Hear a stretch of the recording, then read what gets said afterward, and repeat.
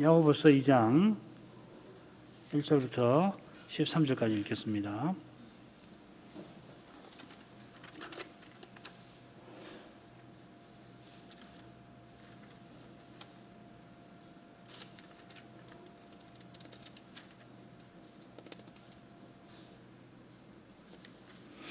야고보서 2장 읽겠습니다.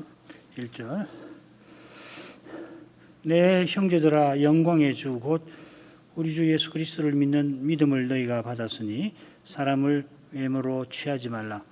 만일 너희 회당에 금가락지를 끼고 아름다운 옷을 입은 사람이 들어오고 또 더러운 옷을 입은 가난한 사람이 들어올 때에 너희가 아름다운 옷을 입은 자를 돌아보아 가로되 여기 좋은 자리에 앉으소서 하고 또 가난한 자에게 이르되 너는 거기 섰든지 내 발등상 아래 앉으라 하면 너희끼리 서로 구별하며 악한 생각으로 판단하는 자가 되는 것이 아니냐. 내 사랑하는 형제들아, 들을지어다. 하나님이 세상에 대하여는 가난한 자를 택하사 믿음에 부유하게 하시고 또 자기를 사랑하는 자들에게 약속하신 나라를 유업으로 받게 아니하셨느냐. 너희는 도리어 가난한 자를 괄시하였도다. 부자는 너희를 압제하며 법정으로 끌고 가지 아니하느냐. 저희는 너희에게 대하여 일컫는 바 그 아름다운 이름을 회방하지 아니하느냐. 너희가 만일 경에 기록한 대로 내 이웃 사랑하기를 내 몸과 같이 하라 하신 최고한 법을 지키면 잘하거니 하는 것이거니와 만일 너희가 외모로 사람을 취하면 죄를 짓는 것이니 율법이 너희를 범죄자로 정하리라. 누구든지 온 율법을 지키다가 그 하나에 그치면 모두 범한 자가 되나니 간음하지 말라 하시니가 또한 살인하지 말라 하셨은즉 내가 비록 간음하지 아니하여도 살인하면 율법을 범한 자가 되느니라. 너희는 율법의 자유의 율법대로 심판을 받을 자처럼 말도 하고 행하기도 하라. 긍휼을 행하지 아니하는 자에게는 긍휼 없는 심판이 있으리라. 긍휼은 심판을 이기고 자랑하느니라. 여기까지입니다. 시편 중에 이 토라 시편, 토라는 율법이죠. 율법 시편이라는 게 있습니다. 율법이 압도적인 주제로 나오는 시편인데 1편 또 19편, 119편 우리 모두가 애송하는 시편입니다. 시편 1편은 의인의 길은 형통하나 악인의 길은 망할 것인데 의인이 형통한 것은 주의 율법을 사모하여 주야로 그 율법을 묵상하는 데 있다 교훈합니다. 이 시편 1편을 얼른 읽으면은 의인의 삶은 그야말로 흠잡을 데 없이 완전한 것 같습니다만은 그의 삶이 실은 악인의 꾀, 죄인의 길, 오만한 자리로 이루어진 그 죄의 현실 가운데에서 이루어지는 것입니다. 그래서 시편 19편의 시인은 해의 온기를 피하여 숨는 자가 없듯이 주의 율법에서 나의 죄를 깨닫게 해달라, 깨닫게 해주시라고. 그래서 그 죄가 자기를 주장치 못하게 해 주십시오 하고 구합니다. 알게 하시면 내가 주장하지 않게 하겠습니다 하는 게 아니라 주장하지 못하게 해 주십시오 구합니다. 그처럼 119편 시인도 마지막에 내가 이런 양같이 내가 유리하오니 주의 종을 찾으소서 176절로 되어 있는데 상반절에 이렇게 이런 말로 끝냅니다. 이 시인이 누구보다 율법을 잘 알 뿐만 아니라 119편에 보면은 이 율법에 관한 용어가 뭐 다 나오죠. 8가지, 9가지가 그 8절씩 이루어져 있는데 8절에 이 율법에 대한 칭호가 계속해서 나오지 않습니까? 알 뿐만 아니라 주의 계명을 잊지 아니하였다. 이게 맨 마지막 176편 후반부입니다. 그 비결이 어디 있는가 하면은 스스로는 길 잃은 양인 줄을 알고 주님을 의지한 데 있습니다. 계명과 율법에서 자기가 죄인인 것을 제대로 깨닫는 것이 실로 은혜라 자기가 누구보다 계명을 잘 지키노라 자랑하기가 쉬운 것입니다. 은혜를 받지 않으면, 은혜를 의지하지 않으면 그렇게 되고 마는 거죠. 자, 이런 관점에서 소요리 문답이 십계명 했을 끝에 죄의 문제를 다루는데 이 순서가 퍽 우수한 장점이 있습니다. 흔히들 소위를 문답은 퍽 논리적이다, 조지신학적이다 하는 평을 합니다마는 제1부에서 죄를 자세히 다루었는데 13문에서 19문까지 다시 제2부에서도 죄를 다루는 이것은 퍽 목회적이라 생각됩니다. 웨스트민스터 표준 문서를 살필 때마다 이 문서를 작성한 신학자들이 정말 성경을 잘하는 분이라 저는 개인적으로 참 감탄을 하는데 과연 그 증거가 이처럼 죄를 철저히 그리고 제대로 은혜 안에서 다루는 데 있을 것입니다. 이미 아시겠지만은 이 계명의 정신을 십계명에서 해설을 하고 이어서 이제 다음 시간부터 은혜 얻는 방도를 다루게 될 것입니다. 오늘도 우리가 시인처럼 주께서 죄악을 감찰하실진데 주여 누가 서리까? 시편 130편 4절 말씀, 오전에 성경 6번에 비슷한 가사가 나왔죠. 이렇게 우리가 고백하며 오직 그리스도의 공의를 의지하여 하나님께 나왔습니다. 이런 심정을 품고 주님께 우리의 신앙을 세 문답을 통해 고백하십시다. 82문, 하나님의 계명을 완전히 지킬 수 있는 사람이 있습니까? 타락한 이후 한낱 사람으로서는 이 세상에 살 동안에 하나님의 계명들을 완전히 지킬 수 없고 오히려 생각과 말과 행위로 날마다 범합니다. 83문, 법을 어기는 죄가 모두 똑같이 약합니까? 어떤 죄는 그 자체로서 그리고 거기서 파생된 해악으로 말미암아 하나님 앞에서 다른 죄보다 더 악합니다. 83문, 모든 죄마다 마땅히 받아야 할 보응이 무엇입니까? 모든 죄마다 마땅히 받아야 할 보응은 이 세상과 오는 세상에서 하나님의 진노와 저주를 받는 것입니다. 이 세 문답의 교훈을 세 주제로 간단히 보겠습니다. 첫째로, 타락 후에는 아무도 하나님의 계명을 완전히 지킬 수는 없습니다.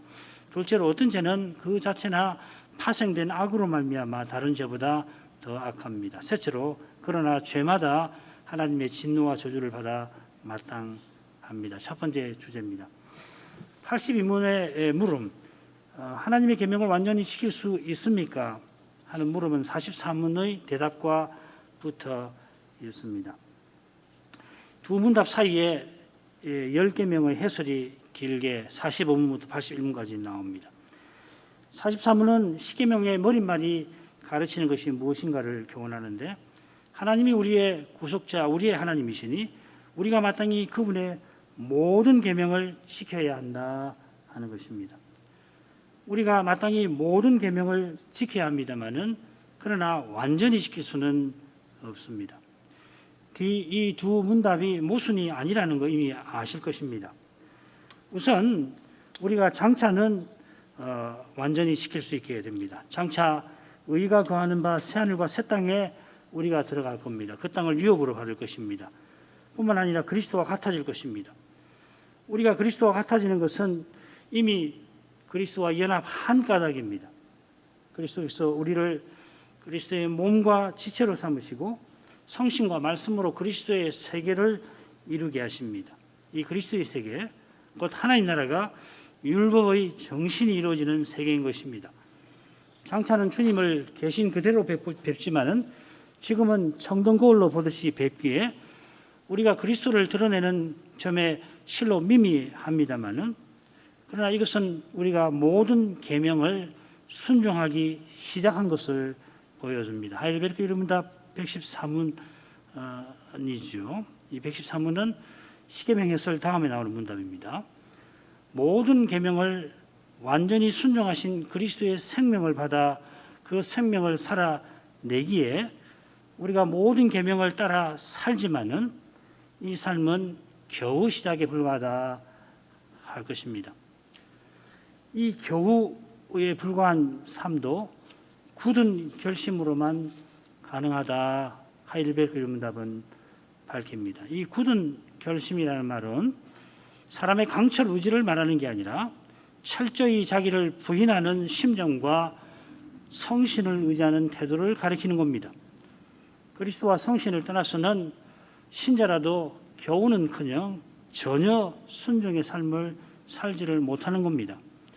다윗이 그렇게 훌륭한 삶을 살았던 바로 그때에 언약의 나라를 망하게 할 만한 그런 죄를 짓고 맙니다.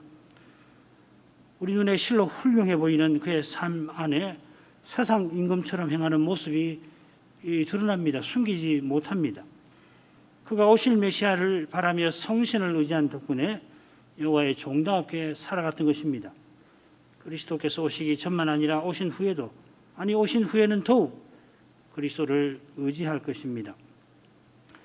80인문은 첫째로 타락 후에 한낱 사람으로서는 이 세상 살 동안에 계명을 완전히 지킬 수 없다고 경고합니다. 지난번에 요한 1서 1장을 살폈으니까 이번에는 갈라디아서를 한번 보죠. 갈라디아서 5장 17절, 육체의 소욕은 성신을 거스르고 성신의 소욕은 육체를 거스르나니 이들이 서로 대적함으로 너희의 원하는 것을 하지 못하게 하려 함이니라. 타락한 후에 한낱 사람으로서 했는데요. 불신자가 아니라 신자를 가리키는 겁니다. 그래서 이 82문 이 각주 증거 구절을 보면 셋 모두 신자에 해당되는 말씀이 나왔습니다. 인용한 갈라디아서 말씀에서는 너희는 성신의 소욕이 있는 신자를 가리키는 겁니다. 성신이 내주하신 사람이라 성신의 소욕이 그 속에서 일어나는 것입니다. 성신의 소욕은 로마서 7장에 나온 대로 하나님의 법을 즐거워하고 그 법을 섬기려는 마음을 가리킵니다. 우리가 성신을 쫓아 행하면은 성신의 열매를 맺지만은 그러나 우리에게 여전히 육신이 있어서 이런 일을 방해하는 겁니다. 물론 육신이 있어 육신의 소욕도 일어나지만은 성신이 우리를 감화하셔서 우리가 육체의 일들을 행하지 못하게 막으시는 겁니다. 육체의 일들을 행하는 자는 하나님 나라를 이업으로 받지 못한다 하셨는데 성신께서 그런 일들을 하지 못하게 하시니까 우리가 장차 그 나라를 상속받게 되는 것입니다. 성신과 육신의 대립 때문에 우리가 원하는 것을 하지 못하게 됩니다마는 실은 성신께서 주신 은혜 덕분에 우리가 저 육체의 소욕에 휩쓸려서 저 두려운 일들을 행하지 아니하게 되는 것입니다. 그러나 두려운 일들을 행하지 아니할 뿐만 아니라 원하는 바 성신의 열매를 꼭 맺어야 하는데 그 길이 바로 성신을 쫓아 행하는 것, 성신의 인도하심을 받는 것입니다. 성신을 쫓아 행한다든지 성신의 인도를 받는다 하는 이 표현은 주체가 우리가 아니라 성신이심을 잘 보여줍니다. 돌려 표현하면 무엇보다 내가 스스로 무엇을 하려 하지 않아야 하는 겁니다. 내가 그럴 수 없는 존재인 것을 철저히 깨달아야 합니다. 크고 귀한 일, 구원의 일은 하나님만 하시는 것입니다. 성신이 하나님이셔서 구원받을 수 없는 우리를 구원하시는 것입니다. 그처럼 하나님의 뜻을 알지도 못하고 알더라도 받들지 못하는 그러한 우리, 헐수할 수 없는 죄인들로 하나님의 뜻을 깨닫게 하시고 순종하게 하십니다. 이것이 은혜의 방도에 관한 내용이 될 것이니까 그때 더 보도록 하십시다. 말씀에 거룩한 빛 가운데 수만 성신을 쫓아 행할 길이 열린다 하는 겁니다. 둘째로 우리가 하나님의 계명들을 오히려 생각과 말과 행위로 날마다 범합니다. 야고보서를 인용하죠. 3장 2절 8절 우리가 다 실수가 많으니 만일 말에 실수가 없는 자면 곧 온전한 사람이라. 능히 온몸의 굴레를 씌우리라. 혀는 능히 길들일 사람이 없나니 쉬지 아니하는 악이요 죽이는 독이 가득한 것이라. 지난 시간에 야고보서 주제를 제가 간단히 말씀드렸습니다마는 이 말씀이 야고보서 한가운데 나옵니다. 이 말씀은 무엇보다 나쁜 선생의 주제를 다루고 있어요. 1절에 보면은 선생들아 하고 시작되죠. 말에 실수가 없도록 하라 하는 말씀으로 시작해서 9절부터 12절에는 선생들의 온전치 못한 삶을 언급을 하고 있습니다. 중간에 이 혀의 문제, 혀가 얼마나 강력하고 불과 같은 것인가, 무서운 것인가 하는 것을 교훈하고 있습니다. 1절에 선생된 우리라고 하는 표현이 나오니까 2절에 우리도 선생을 가리키는 것이 당연합니다. 그처럼 2장 후반부에 믿음이 있노라 말하는 사람이 나오는데, 이 믿음을 말하지만은 산 믿음으로 살지 아니하는 나쁜 선생을 가리키는 것일 거예요. 이제 야고보 선생은 말하는 선생이 말에 실수하기 쉬운 것을 3장에 와서 지적합니다. 우리가 다 실수가 많으니, 야고보 선생처럼 이렇게 겸손히 고백하는 선생이 말에 실수를 하지 않게 될 것입니다. 그러지 않고 교만한 선생은 자기를 자랑하고 사람의 영광을 구하기 때문에 심지어 기도도 자기 악한 욕심을 이루는데 이용하려 듭니다. 그러니 말씀 전하는 일에도 그러할 것입니다. 야고보서 3장 9절에 보면 우리가 주 하나님 아버지를 찬송하고 또 이것으로 하나님의 형상대로 지음을 받은 사람을 저주하나니, 이게 말씀 전하는 사람이 저지를 수 있는 무서운 실수를 가리키는 거예요. 하나님을 전하면서 이 하나님을 찬송한다는 말이 하나님의 영광이 되어 전한다는 이야기거든요. 그러면서 이 형제와 이웃을 저주하는, 강단에서 그렇게 하는 것을 가리키는 말씀입니다. 혀를 능히 길들일 사람이 없다 한대로 전심으로 성신을 의지하냐면은 순수하게 말씀을 전하지를 못하는 것입니다. 하나님 말씀을 전하는 엄숙한 자리에서 이런 두려운 일이 일어난다면은 다른 데서야 말할 것이 없을 겁니다. 덜 엄숙한 곳에, 가정에서라든지 사사로운 자리에서라든지 이런 데서 얼마나 말의 실수가 많겠습니까? 우리의 말도 그렇지만은 우리의 생각은 얼마나 하나님 말씀에 언나기 잘합니까? 성신의 감화를 늘 구하지 않으면은 자기도 모르게 육신적인 생각, 색상적인 생각이 우리 마음을 금방이라도 사로잡을 것입니다. 조용한데 자기가 무슨 생각을 했는가 하는 것을 한번 쭉 반추해 보면은 정말 별의별 생각을 다 한다는 거. 의식적으로도 하지만은 자기가 전혀 의식하지 않고서 생각이 그냥 이 나래를 펴고 펼쳐지는데 어떻게 저런 생각을 할 수 있을까 할 정도로, 그러니까 신자가 자기도 모르게 마음속에서 아주 참남한 말이 나올 때에 그것을 가지고 말하자면 인생이 이렇게 악하구나 해야지, 내가 구원받지 못한 사람 아닌가 그렇게 하실 건 없어요. 그 사람의 마음이라는 게 그렇습니다. 그처럼 말로 사람을 죽이는 이 야고보서 4장 2절에 보면 욕심을 내어도 얻지 못하고 살인하며 시기하여도 능히 취하지 못한다는 말이 나와요. 실제로 사람 죽이는 것은 아니고 죽음의 고통을 안겨주는 혹은 인격을 말살하는 그런 말을 얼마나 하기 쉬운지 모릅니다. 두 번째 주제로 가지요. 이 주제는 셋째 주제에 비추어 늘 살펴야 할 겁니다. 어떤 죄도 하나님의 진도를 피하지 못합니다. 죄는 그만큼 악합니다. 그런데 어떤 죄는 다른 죄보다 더 악합니다. 모든 죄가 그 자체로는 하나님의 진노를 피하지 못할 만큼 악한데 어떤 죄는 그 점에서 더 악하다는 것이죠.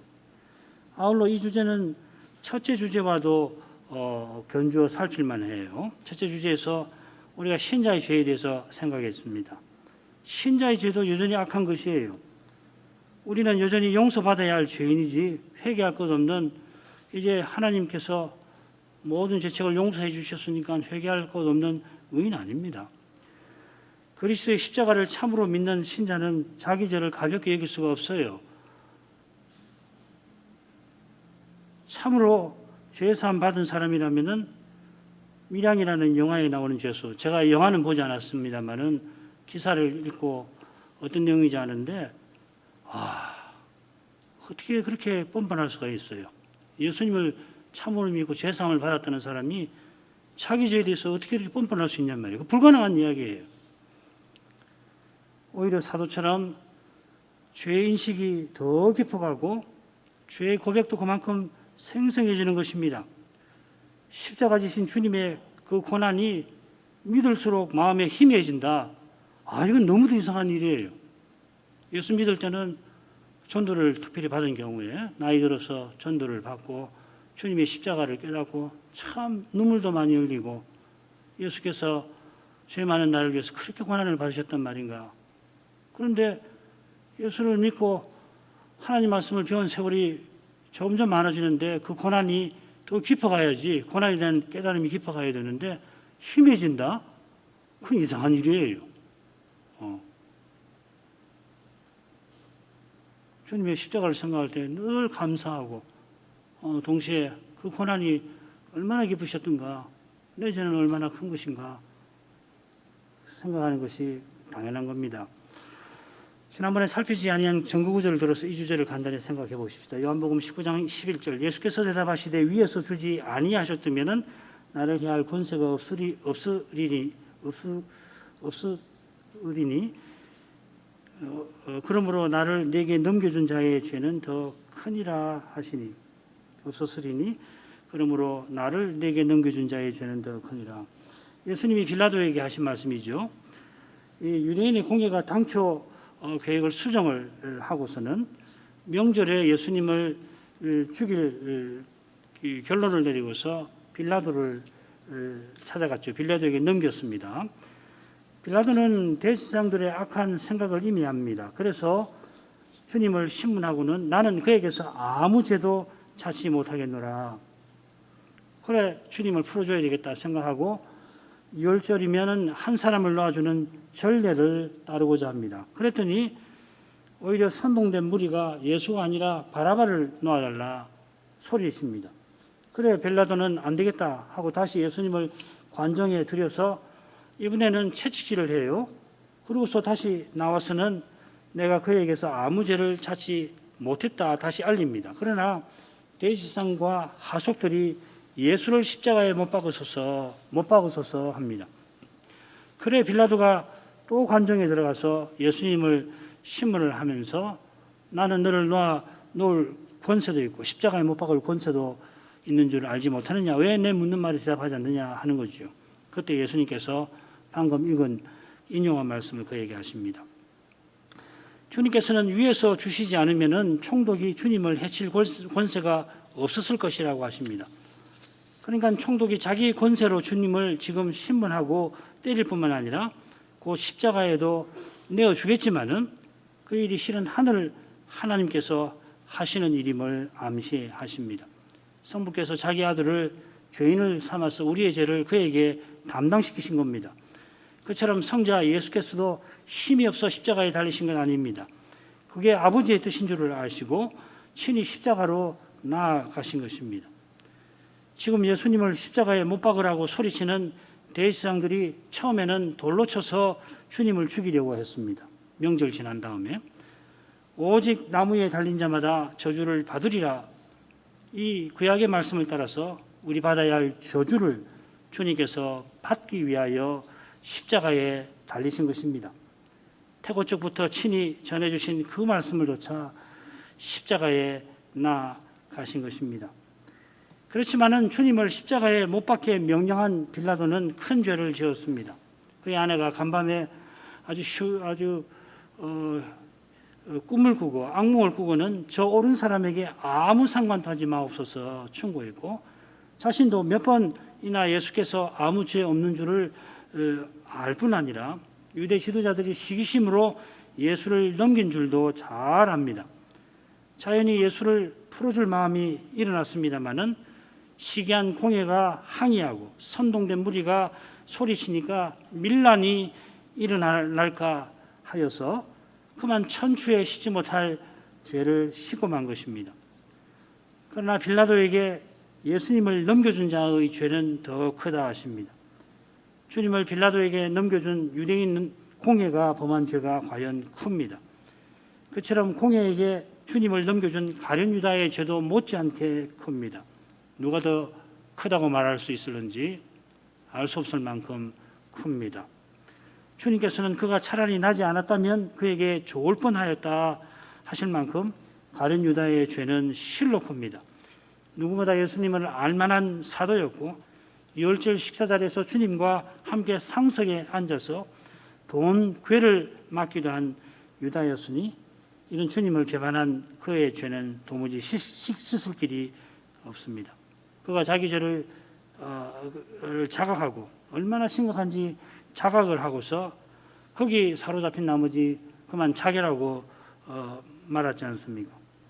이런 죄를 일러서 요한 사도는 사망에 이르는 죄라고 부릅니다. 사망에 이르는 죄는 배도의 죄입니다.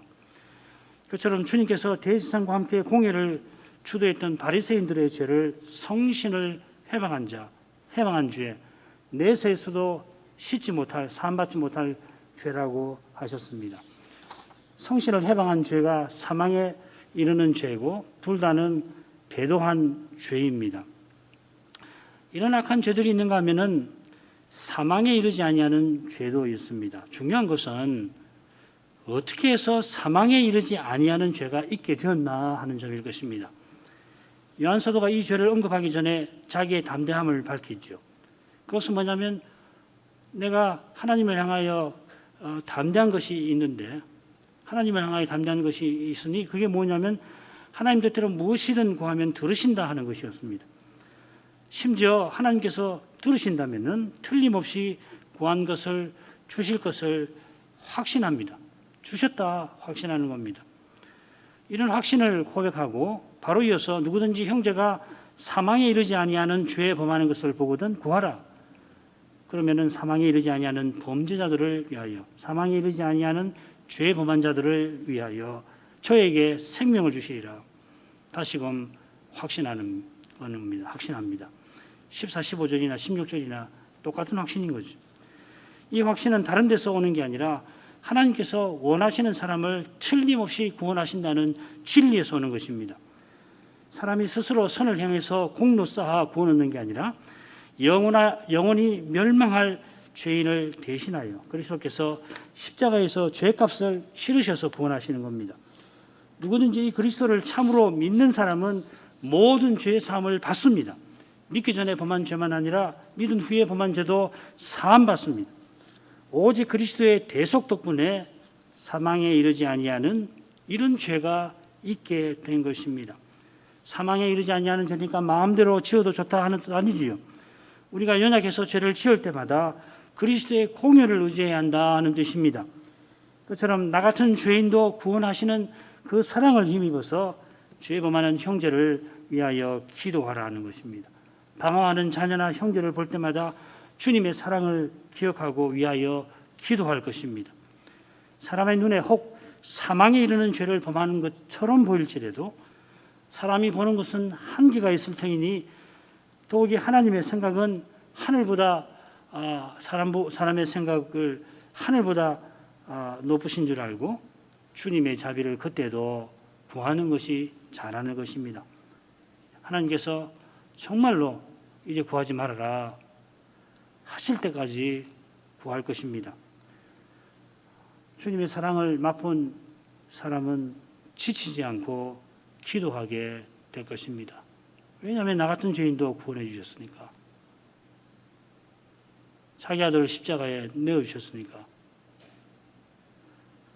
이렇게 기도하는 교회와 신자는 죄를 멀리할 것입니다. 죄마다 하나님의 진노와 저주를 받아 마땅한 줄 아니까 멀리하는 겁니다. 죄가 이렇게 심각한 것인지 모른다면 여전히 때때로 자기도 모르는 사이에 사람의 힘과 꾀로 사람을 구원하려고 할 것입니다. 부모의 노력들이 이런 점이 있을 수 있다는 것을 늘 주의해야 할 것입니다. 죄가 얼마나 두려운지 아는 사람은 겸손히 기도합니다. 자녀를 위해서 함께 기도합니다. 오직 하나님만 구원하시기 때문입니다. 셋째 주에도 지난번에 살피지 않은 증거구절을 가지고 보지요. 야고보서 2장 10절입니다. 누구든지 온 율법을 지키다가 그 하나에 거치면 모두 범한 자가 되나니.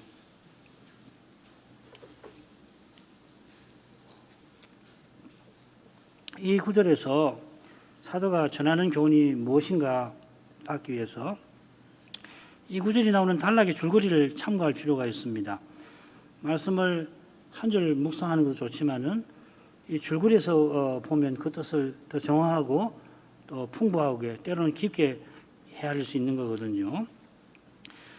오늘 읽은 말씀인데 사람을 예물로 취하지 말라는 말씀입니다. 1절에 사람을 예물로 취하지 말아라. 그리고서는 예물로 취하는 예를 예배드리는 현실에서 가난한 자를 멸시하는 현실을 언급을 하고 있어요. 그리고 5절에 가서 하나님은 가난한 자를 택해서 믿음에 부유하게 하시는 분이다.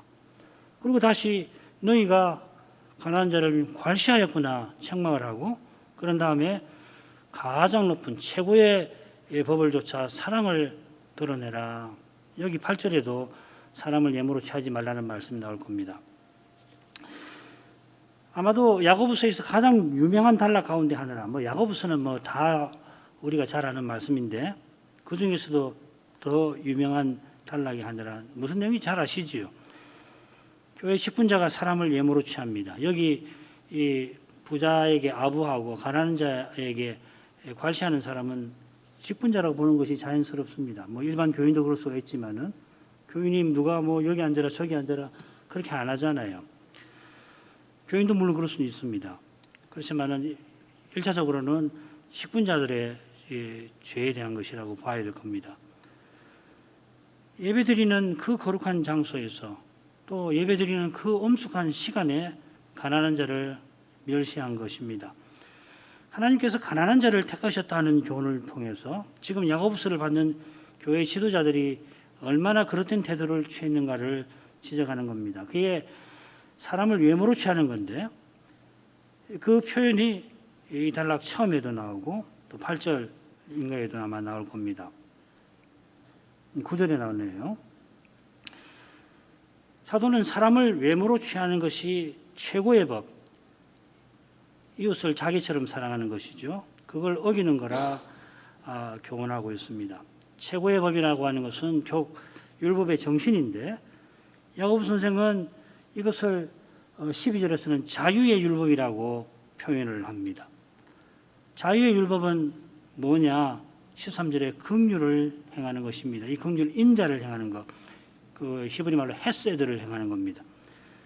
베드로 사도가 첫째 서신에서 우리가 본장을 향하는 나그네인이 서로를 긍휼히 여기라고 권하지 않습니까? 베드로전서 3장 8절. 베드로전서를 딱 반접으면 이 말씀이 나옵니다. 이 세상에서 믿음으로 걸어가는 길이 얼마나 고달픈지 아니까 서로를 불쌍히 여겨라. 그게 언약 안에서 서로를 대하는 거라 하는 거죠. 그처럼 말씀대로 살아서 가난하게 되었거나 히브리서 10장에는 그런 경우가 나오고 주께서 이 세상에서 가난한 자를 불러 자기 백성을 삼으신 것을 알고 그래 가난하니까 특별히 종으로 살면 얼마나 고달픈지를 누구보다 잘 알 텐데 그러면은 그 처지를 불쌍히 여기라 하는 것이지요. 지금 야고보서를 받는 교회 지도자들이 이 최고의 법을 어기는 것이 작은 죄가 아닙니다. 그런 점에서 마땅히 모든 율법을 지켜야 하는 우리가 그 중에 하나라도 어길 경우에 모두 범한 자가 된다면은 율법 중에 최고의 법을 어기면은 그 죄가 얼마나 심각하겠습니까? 교회의 머리이시고 하나님 나라의 왕이신 우리 주님께서 양과 염소에 비유해서 이 죄가 얼마나 심각한지를 생생히 가르쳐 주셨습니다. 이 죄가 심각한 것은 그리스도 믿는 이가 그리스도의 형제라고 하는 사실과 붙어 있습니다. 그가 그리스도의 몸에 속한 지체라고 하는 사실과 붙어 있습니다. 그렇기 때문에 여기 있는 지극히 작은 자 하나에게 하지 아니한 것이 곧 내게 하지 아니한 것이라 하시고 그리스도의 형제를 제대로 대접하지 아니한 염소들에게 영원한 형벌을 내리셨던 겁니다. 온 율법을 지키는 길은 그리스도께서 우리를 사랑하신 것처럼 형제를 사랑하는 것입니다. 그리스도의 사랑을 본받는 길은 믿음으로 그분의 생명을 받아서 그 생명을 살아내는 것입니다. 오늘만큼 하죠. 거룩하신 아버지 그리스도 안에서 거룩한 사랑으로 저희를 구원해 주신 그 은혜를 감사드립니다. 저희를 영원한 형벌에서 건져주실 뿐 아니라 나를 사랑하는 이만 사랑하는 그러니까 참으로 날 사랑하지 못하고 결국 자기만 사랑하는 죄의 이 끔찍한 세력에서도 건져주십니다. 하나님이 사랑받을 수 없는 죄인을 사랑하시되 친히 사람이 되으실 뿐만 아니라 주인의 자리에 서셨습니다. 이런 사랑을 맛보게 하신 것은 저희도 하나님처럼 사랑하게 하심입니다. 구약에서부터 이런 사랑을 서로 나누고 살라 하셨는데 마침내 신이 세상에 오셔서 율법의 정신이 이루어지는 그런 사회를 이루게 하십니다. 저희가 하나님의 거룩한 뜻을 자꾸 깨달아서 참으로 그리스도께서 저희를 대해 주시듯이 서로를 대하게 해 주십시오. 이것이 우리가 남에게 받았으면 하고 바라는 그 대접일 것입니다. 이렇게 형제를 대접한 사람이 그리스도께 장차 칭찬받게 될 것입니다. 저희가 다 이런 칭찬을 주님께 받도록 사람을 외모로 대하지 않게 하옵소서. 그 길은 그리스도의 거룩한 영광 가운데서 자기가 얼마나 누추한지를 늘 보는 것인 줄 압니다. 주님의 사랑 가운데서 자기가 얼마나 죄인인 것을 항상 깨닫는 것인 줄 압니다. 이러한 깨달음이 주님의 교회들에 항상 있게 하시옵소서. 예수님의 이름으로 기도합니다. 아멘.